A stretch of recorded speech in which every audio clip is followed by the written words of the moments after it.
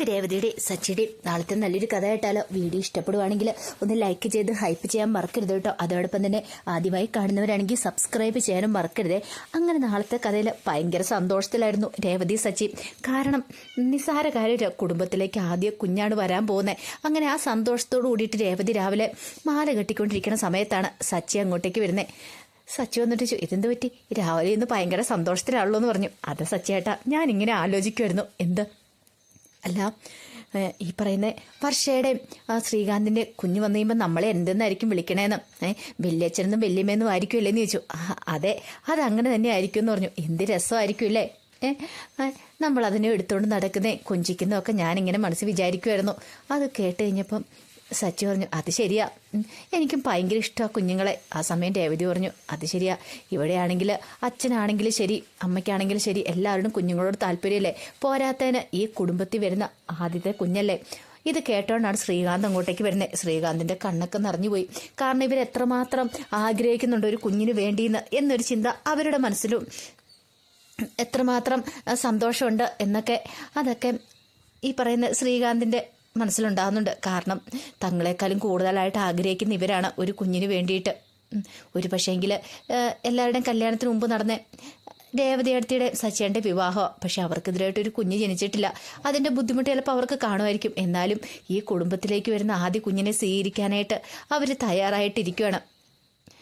അപ്പോഴാണ് സച്ചി ശ്രീകാന്തിനെ കാണുന്നത്. ആഹാ, നീ അവിടെ മാറി നിൽക്കുകയാണോ? ഇങ്ങോട്ട് വരാൻ പറഞ്ഞു. ശ്രീകാന്തിനെ വിളിച്ചു. എടാ, ഞങ്ങളെ ദേ നിന്റെ കുഞ്ഞിനെക്കുറിച്ചായിരുന്നു സംസാരിച്ചുകൊണ്ടിരുന്നതെന്ന് പറഞ്ഞു. അപ്പോഴേക്കും ശ്രീകാന്തിൻ്റെ മുഖമൊക്കെ വല്ലാതെ. എടാ, നീ വിഷമിക്കൊന്നും വേണ്ട. ദേ നിന്റെ കുഞ്ഞിനൊരു പോറൽ പോലും സംഭവിക്കാൻ ഞങ്ങൾ സമ്മതിക്കില്ല. ദേ ആ കുഞ്ഞ് ഈ കുടുംബത്തിലെ ആദ്യ കുഞ്ഞായിട്ട് ഇവിടെ പിറക്കുക തന്നെ ചെയ്യും. അതിനൊരു മാറ്റം ഉണ്ടാകാൻ പോകുന്നില്ല എന്ന് പറഞ്ഞു. അത് കേട്ട് കഴിഞ്ഞപ്പം ശ്രീകാന്തിന് സന്തോഷമൊക്കെ തോന്നി. അങ്ങനെ തന്നെ സംഭവിക്കണം എന്നായിരുന്നു ശ്രീകാന്തിൻ്റെ ആഗ്രഹം. ഈ സമയത്ത് ഭാമയെ വിളിച്ചിട്ട് ചന്ദ്രമതി ആ സന്തോഷ വാർത്ത അറിയിക്കുവാണ്. വർഷ പ്രഗ്നൻ്റ് ആണെന്നുള്ള കാര്യം അതറിഞ്ഞു കഴിഞ്ഞപ്പോഴത്തേനും ഭാമ പറഞ്ഞു, ആഹാ കൊള്ളാലോ, അപ്പം ഇനിയിപ്പം ചന്ദ്ര നീ ഒരു അമ്മൂമ്മയാൻ പോവല്ലേന്ന് ചോദിച്ചു. അതെ അതെ, എന്നാലും വർഷയ്ക്ക് ഇത്ര പെട്ടെന്ന് കുഞ്ഞുണ്ടാവുന്ന ഞാൻ പ്രതീക്ഷിച്ചില്ല. അതിനു മുമ്പ് നടന്നേ സച്ചിയുടെയും രേവതിയുടെയൊക്കെ വിവാഹമല്ലേ? അത് കേട്ടത് ചന്ദ്രമതി പറഞ്ഞു, പിന്നെ അവർക്ക് ഉണ്ടാകാത്ത എല്ലാം കണക്കാ, കുഞ്ഞുണ്ടായാലും മതി എന്ന് പറഞ്ഞു. അപ്പോഴേക്കും ഭാമ പറഞ്ഞു, അതെന്താ ചന്ദ്രൻ നീ അങ്ങനെ പറഞ്ഞേ? ഓ, അവർക്ക് പിള്ളേരുണ്ടാവണമെന്നൊന്നും ഇല്ല, അല്ലേലും പിള്ളേരുണ്ടാവാത്ത നല്ലതെന്ന് പറഞ്ഞു. അല്ല, ചന്ദ്രമതിക്ക് അവർക്ക് കുഞ്ഞുങ്ങളുണ്ടാകുന്നതിനോട് താല്പര്യമില്ല എന്നുള്ള കാര്യം ഭാമയ്ക്കും അറിയായിരുന്നു. അങ്ങനെ കുറച്ച് കഴിഞ്ഞപ്പോഴത്തേനും ഭാമയെ ശ്രുതി വിളിക്കുന്നുണ്ട്. ശ്രുതി വിളിച്ചു കഴിയുമ്പോഴാണ് ഭാമ ഈ കാര്യം പറയുന്നത്, വർഷ പ്രഗ്നൻ്റ് ആണെന്നുള്ള കാര്യം. അത് കേട്ട് കഴിഞ്ഞപ്പോൾ ശ്രുതിക്ക് ഭയങ്കര ഒരു സന്തോഷമായി. ശ്രുതി പറഞ്ഞു, അയ്യോ എനിക്ക് വർഷയെ കാണണമെന്ന് ആഗ്രഹമുണ്ട്. അങ്ങ് ചെന്ന് കയറി കൊടുത്തിട്ടുണ്ടെങ്കിൽ ചന്ദ്ര സമ്മതിക്കുമെന്ന് തോന്നുന്നുണ്ടോ? ആ സമയം ശ്രുതി ഇങ്ങനെ മനസ്സ് വിചാരിച്ചു, ഒരു പക്ഷേങ്കിൽ തൻ്റെ ശ്രുതിയുടെ ഒരു കുഞ്ഞാടുത്തെങ്കിൽ അവിടെ ആദ്യം പറക്കുന്നിരുന്നെങ്കിൽ ഈ പ്രശ്നങ്ങളൊന്നും ഇപ്പോൾ ഉണ്ടാകത്തില്ലായിരുന്നു. ഒരു പക്ഷേ തന്നെ ആ വീട്ടിൽ നിന്ന് പെട്ടെന്നൊന്നും അടിച്ചിറക്കാനായിട്ട് തൻ്റെ അമ്മായിമ്മയ്ക്ക് സാധിക്കുന്നുണ്ടായിരുന്നില്ല. തനിക്ക് ശ്രുതിക്ക് ഒരു കുഞ്ഞില്ലാതെ പോയതാ ഏറ്റവും കൂടുതൽ പ്രശ്നമായത്. അല്ല, ഡോക്ടറെ കാണാൻ താൻ പോവുകയൊക്കെ ചെയ്താ, പക്ഷെ അങ്ങനെയൊന്നും സംഭവിച്ചില്ലല്ലോ. അതിൻ്റെ ഒരു സങ്കടം ശ്രുതിയുടെ മനസ്സിലുണ്ടായിരുന്നു. ഒരുപക്ഷെ കുഞ്ഞുണ്ടായിരുന്നെങ്കിൽ ഇന്നിപ്പോൾ തനിക്ക് ഈ വേദന അനുഭവിക്കേണ്ടി വരില്ലായിരുന്നു എന്നൊക്കെ ഒരു ചിന്തയായിരുന്നു. ഈ സമയത്ത് ഭാമ ഒരു കാര്യം കൂടെ പറഞ്ഞു. അതെ, അച്ചമ്മ വരുന്നുണ്ടെന്ന് അറിയാൻ കഴിഞ്ഞത് അത് ശ്രുതിക്കൊരു പുതിയ അറിവായിരുന്നു. കാരണം കലാവതി അച്ചമ്മ വന്നിട്ടുണ്ടെങ്കിൽ ഉറപ്പായിട്ടും തനിക്ക് അങ്ങോട്ടേക്ക് പോകാനായിട്ട് പറ്റും എന്നൊരു ചിന്ത. ഒരു പക്ഷേങ്കിൽ താൻ ആ വീട് വിട്ട് ഇറങ്ങിയ കാര്യമൊന്നും അവിടെ ആരും പറഞ്ഞിട്ടുണ്ടായിരിക്കില്ല. അങ്ങനെയാണ് എന്ത് ചെയ്യണം തനിക്കറിയാം. ശ്രുതിയുടെ മനസ്സിൽ അങ്ങനെ ചില തോന്നലുകളൊക്കെ ഉണ്ടാകുന്നുണ്ട്. അച്ചമ്മ വരുവാണെങ്കിൽ അച്ചമ്മയുടെ കയ്യെ കാലെ പിടിച്ചിട്ടാണെങ്കിലും ആ വീട്ടിലേക്ക് തിരികെ കയറണം എന്നൊരു ചിന്ത. ഈ സമയത്ത് അച്ചമ്മ ഭയങ്കര സന്തോഷത്തോടുകൂടി കുറേ പലഹാരങ്ങളൊക്കെ വാങ്ങിച്ചുകൊണ്ടാണ് അങ്ങനെ വർഷേനെ ശ്രീകാന്തിനെ കാണാനായിട്ട് വരുന്നത്. അതെ, വീട്ടിലേക്ക് ആദ്യമായിട്ട് വരാൻ പോകുന്ന കുഞ്ഞല്ലേ, അപ്പം അതിൻ്റെ സന്തോഷം അച്ചമ്മയുടെ മുഖത്തുണ്ടായിരുന്നു. സച്ചിയാണ് അച്ചമ്മയെ കൂട്ടിക്കൊണ്ട് വരാനായിട്ട് പോയത്. അങ്ങനെ സച്ചിയെ കണ്ടു കഴിഞ്ഞപ്പോൾ അച്ചമ്മ പറഞ്ഞു, കണ്ടു പഠിക്കടാ, നിന്റെ രേവതിയുടെ കല്യാണം ആദ്യം കഴിഞ്ഞ് എന്നിട്ടോ? അത് കേട്ടപ്പോൾ സച്ചി പറഞ്ഞു, അതൊന്നും പറഞ്ഞിട്ട് കാര്യമില്ല അച്ചമ്മേ, അതൊക്കെ മുകളിലിരിക്കുന്ന ആളും കൂടെ തീരുമാനിക്കണ്ടേന്ന് പറഞ്ഞു. അതെ, മുകളിലിരിക്കുന്ന ആൾ മാത്രം തീരുമാനിച്ചിട്ട് കാര്യമില്ല, നിന്നോടൊക്കെ ഞാൻ എന്നോട്ട് പറയണം എന്നൊക്കെ പറഞ്ഞിട്ട് അച്ചമ്മ ഇങ്ങനെ കുറ്റപ്പെടുത്തി. അങ്ങനെ വീട്ടിലേക്ക് വന്നു കഴിഞ്ഞപ്പോഴത്തേനും വർഷയ്ക്കാണ് നല്ല ടെൻഷനായിരുന്നു. അച്ചമ്മ വർഷയെ കെട്ടിപ്പിടിക്കണം. മോളെ, ഇനി കാര്യങ്ങളൊക്കെ കൂടുതൽ ശ്രദ്ധിക്കണം കേട്ടോ, അറിയാലോ നമ്മൾ ശ്രദ്ധിക്കേണ്ട കുറേ കാര്യങ്ങളൊക്കെ ഉണ്ട് എന്ന് പറഞ്ഞു. അത് കേട്ടപ്പോൾ രേവതി പറഞ്ഞു, അതൊക്കെ ഞാൻ നോക്കിക്കോളാം അച്ചമ്മയെന്ന് പറഞ്ഞു. ബെസ്റ്റ്. അതിന് നിനക്ക് ഇതൊക്കെ നോക്കി നല്ല പരിചയമുണ്ടോയെന്ന് ചോദിച്ചു. അതെ, എനിക്കറിയാവുന്ന കുറേ ചേച്ചിമാരൊക്കെ ഉണ്ട്, അവരോടൊക്കെ ഞാൻ ചോദിച്ച് കുറേ കാര്യങ്ങളൊക്കെ മനസ്സിലാക്കി വെച്ചിട്ടുണ്ട്. പിന്നെ ഇവിടെ അമ്മ എല്ലാവരും ഉണ്ടല്ലോ, എല്ലാവരോടും ചോദിച്ച് അവൾക്ക് വേണ്ടുന്ന കാര്യങ്ങളൊക്കെ ഞാൻ ചെയ്തു കൊടുത്തോളാന്ന് പറഞ്ഞു. അത് കേട്ടപ്പോൾ കലാവതി അച്ഛൻ പറഞ്ഞു, അതെനിക്കറിയാം, നീ നോക്കൂന്നുള്ള കാര്യം. അങ്ങനെ അച്ഛമ്മ കൊണ്ടുവന്ന കുറേ സ്വീറ്റ്സും കാര്യങ്ങളൊക്കെ വർഷയ്ക്ക് കൊടുക്കുകയാണ്. ഇതിവിടെ കിട്ടില്ലാത്ത, ഇത് ഞാൻ വീട്ടിൽ നിന്ന് സ്പെഷ്യലായിട്ട് മോൾക്ക് വേണ്ടി ഉണ്ടാക്കിക്കൊണ്ട് വന്ന, ഇത് പാറിനെ കൊണ്ട് സ്പെഷ്യലായിട്ട് ഉണ്ടാക്കിച്ചാന്ന് പറഞ്ഞു. വർഷയുടെ മുഖത്തൊരു സന്തോഷം ഉണ്ടായിരുന്നില്ല. ഈ സമയത്ത് അച്ഛൻ പറഞ്ഞു, അല്ല ഇതെന്ത് പറ്റി, നിന്റെ മുഖത്തൊരു സന്തോഷമൊന്നും ഇല്ലാതെ, അമ്മയാൻ പോകുന്നതിൻ്റെ ഒരു സന്തോഷമൊന്നും കാണുന്നില്ലോ എന്ന് പറഞ്ഞു.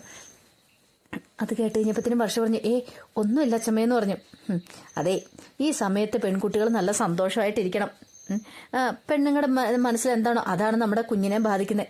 ഇപ്പം കുഞ്ഞുമായിട്ടുള്ളപ്പം നമ്മുടെ മാനസികാവസ്ഥ എന്താണോ അതൊക്കെ കുഞ്ഞിന് മനസ്സിലാവുമെന്ന് പറഞ്ഞു. അതുകൊണ്ടാണ് ഗർഭിണികൾ എപ്പോഴും സന്തോഷമായിട്ടിരിക്കണമെന്ന് പറയണേ. രേവതി പറഞ്ഞു, അവൾക്ക് സന്തോഷമൊക്കെ ഉണ്ട് അച്ഛമ്മേ, അച്ഛമ്മയ്ക്ക് വെറുതെ തോന്നുകയെന്ന് പറഞ്ഞു. അച്ഛമ്മയ്ക്ക് ഒരു സംശയവും തോന്നരുതല്ലോ എന്നൊരു ചിന്തയോട് കൂടിയിട്ടാണ് രേവതി അങ്ങനെ പറയണേ. കാരണം വർഷയ്ക്ക് ഈ കുഞ്ഞിനെ വേണ്ടെന്നുള്ള കാര്യങ്ങളൊക്കെ അതൊക്കെ അച്ഛമ്മ എങ്ങനെ പറഞ്ഞിട്ടുണ്ടെങ്കിൽ അച്ഛമ്മ എങ്ങനെ പ്രതികരിക്കുമെന്ന് പോലും അറിയത്തില്ല. അപ്പോൾ അതിൻ്റെതായൊരു ടെൻഷനും കാര്യങ്ങളും ഒക്കെ രേവതിയുടെ മനസ്സിലും ഉണ്ടായിരുന്നു. പിന്നീട് ശ്രീകാന്തിനെ കൺഗ്രാറ്റ്സ് ചെയ്യുന്നുണ്ട്. എന്താണെങ്കിലും എൻ്റെ ഒരു സമ്മാനം നിങ്ങൾക്കുണ്ടായിരിക്കും. ആദ്യമായിട്ടുണ്ടാകുമ്പോൾ ഒന്ന് കുഞ്ഞല്ലേ തറവാട്ടില്ല, ഞാൻ മുമ്പ് ഇതിനെക്കുറിച്ച് പറയുകയും ചെയ്താന്നൊക്കെ പറഞ്ഞു. ചന്ദ്രമതിക്കാണെങ്കിൽ ശ്രുതിക്കും ആദ്യം കുഞ്ഞുണ്ടാവണമെന്നായിരുന്നു ആഗ്രഹം. പക്ഷെ ഇപ്പോൾ ചന്ദ്രമതി സന്തോഷിക്കുന്നുണ്ട്. അന്ന് അങ്ങനെ ആദ്യം ഉണ്ടാവാത്ത നന്നായി. കള്ളിയുടെ ഒരു കുഞ്ഞുണ്ടാവാതിരിക്കുന്നത് നല്ലത്. ആ സമയം അച്ഛമ്മ നോക്കിയിട്ട് അവിടേക്ക് നോക്കിയിട്ട് ചോദിച്ചു, അല്ല ശ്രുതിയെ കണ്ടില്ലോ എന്ന് പറഞ്ഞു. അത് കേട്ടുകഴിഞ്ഞപ്പോഴത്തേനും ശ്രുതിയുടെ മുഖമൊക്കെ ആകെപ്പാടെ മാറി. എല്ലാവരും ഒരു നിമിഷം നിശബ്ദരായി. ആരും ഒന്നും മിണ്ടുന്നില്ല. അച്ഛമ്മ ചോദിച്ചു, ഇതെന്താ നിങ്ങളാരും ഒന്നും മിണ്ടാത്തേ?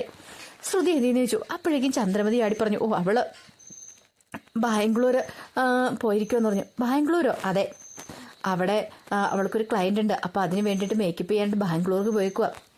ഇത്ര ദൂരമോ? ഇതെന്താടാ ശ്രുതി, ഇവിടെയുള്ള ജോലി വർക്കൊന്നും പോരാഞ്ഞിട്ടാണോ അങ്ങോട്ടേക്ക് തന്നെ പോയിരിക്കുന്നേ? ഇവിടുത്തെ ജോലിയൊന്നും പോരെ? അത് കേട്ട ശ്രുതി പറഞ്ഞു, അത് പിന്നെ അച്ഛമ്മ, എടാ ഇതൊന്നും അത്ര ശരിയല്ല. ഇത്ര ദൂരേക്കൊക്കെ അവളെ പറഞ്ഞു വിടേണ്ട കാര്യം ഉണ്ടായിരുന്നോ? നിനക്കൊക്കെ ശേഷം കല്യാണം കഴിച്ച വർഷയുടെ ശ്രീകാന്തിൻ്റെയൊക്കെ, എന്നിട്ട് കണ്ടില്ലേ, നിങ്ങൾക്കൊക്കെ ആർക്കെങ്കിലും ഇങ്ങനെ തോന്നിയോ? ഞാൻ എന്നു മുതൽ പറയണ ഒരു കുഞ്ഞിന് വീട്ടിലേക്ക് വേണമെന്ന്, എന്നിട്ട് ആർക്കും അങ്ങനെ തോന്നിയില്ലോ. ഇപ്പോഴേ എനിക്കൊരു സമാധാനമായത്. എന്താണെങ്കിലും ഞാൻ 2 ദിവസം കഴിഞ്ഞിട്ടോ പോകുന്നുള്ളൂ. ഇത് കേട്ടതും ചന്ദ്രമതിയൊക്കെ ഒന്ന് ഞെട്ടി. അപ്പോഴേക്കും ചന്ദ്രമതി പറഞ്ഞു, അല്ലമ്മേ, അമ്മയ്ക്ക് അവിടെ ചെന്നിട്ട് ജോലിയുള്ളല്ലേ, പണിക്കാരൊക്കെ ഉള്ളല്ലേ, അതൊന്നും സാരമില്ല, ഞാൻ 2 ദിവസം കഴിഞ്ഞിട്ടോ പോകുന്നുള്ളെന്ന് പറഞ്ഞു. ദൈവമേ, 2 ദിവസം ശ്രുതി 2 ദിവസം കാണാതിരിക്കുമ്പോഴത്തേനും അമ്മ ഇനി അതിനെക്കുറിച്ച് കൂടുതൽ അന്വേഷിക്കും. എങ്ങാനും ഈ വീട്ടിൽ നിന്ന് താൻ അടിച്ചിറക്കിയതാണെന്നറിഞ്ഞാൽ പിന്നെ അത് അതിനേക്കാളും വലിയ പ്രശ്നമാവും. ആകെപ്പാടെ കൺഫ്യൂഷൻ അടിച്ച് ചന്ദ്രമതി ഇങ്ങനെ നിൽക്കുന്നേ. ദൈവമേ, അമ്മയോട് ഇനി എന്ത് കള്ളത്തരം പറയും എന്നൊരു ഭയം. അത് മാത്രമല്ല, അറിഞ്ഞു കഴിഞ്ഞിട്ടുണ്ടെങ്കിൽ ശ്രുതിയെ ഒന്നിപ്പിക്കാനായിട്ടോ അമ്മ ശ്രമിക്കുകയുള്ളൂ. അതൊക്കെ ഓർത്ത് കഴിഞ്ഞപ്പോഴത്തേന് ചന്ദ്രമതിയുടെ ഉള്ള സമാധാനം പോയി. എങ്ങനെയെങ്കിലും ഒരു ഡിവോഴ്സ് നടത്തിയിട്ട് ഒരു പണക്കാരി പെണ്ണിനെ ഈ കുടുംബത്തിലേക്ക് കൊണ്ടുവരണമെന്ന് കരുതിയിരുന്നായിരുന്നു. എല്ലാ പ്രതീക്ഷകളും നശിക്കുവാണോ എന്നൊരു ചിന്തയൊക്കെ ചന്ദ്രയുടെ മനസ്സിലേക്ക് വരുന്നുണ്ട്. അപ്പോൾ അതിൻ്റെ കഥകളൊക്കെയാണ് നമ്മൾ കാണാൻ പോകുന്നത്. ആ വിശേഷങ്ങൾക്കായി നമുക്ക് എല്ലാവർക്കും കാത്തിരിക്കാം കേട്ടോ. ഒരിക്കൽ കൂടി എല്ലാവർക്കും ശുഭരാത്രി നേർന്നുകൊണ്ട് നിർത്തുന്നു. നന്ദി.